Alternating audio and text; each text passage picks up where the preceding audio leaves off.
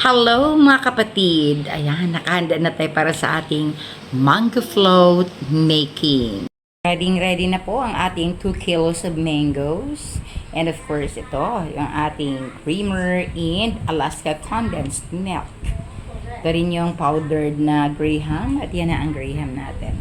So yan ang ating mga ingredients at gagawa na tayo ng mango float.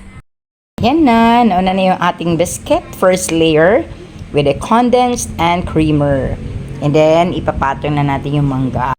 So, after mapatong natin yung ating mango, patungan na naman natin ng creamer at Alaska condensed milk. Second layer na po tayo ng graham. Second layer na ng mangga. Yes. Patungan na naman natin ng condensed milk at saka creamer before ang biscuits. Pang third layer na po ng ating graham biscuits at pang third layer na din po ng ating mangoes.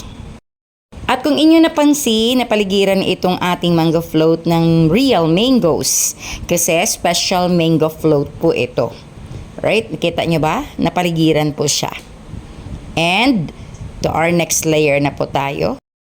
Natapos na rin ang ating special na mango float. Kaya nakita, lumulutang sa sarap.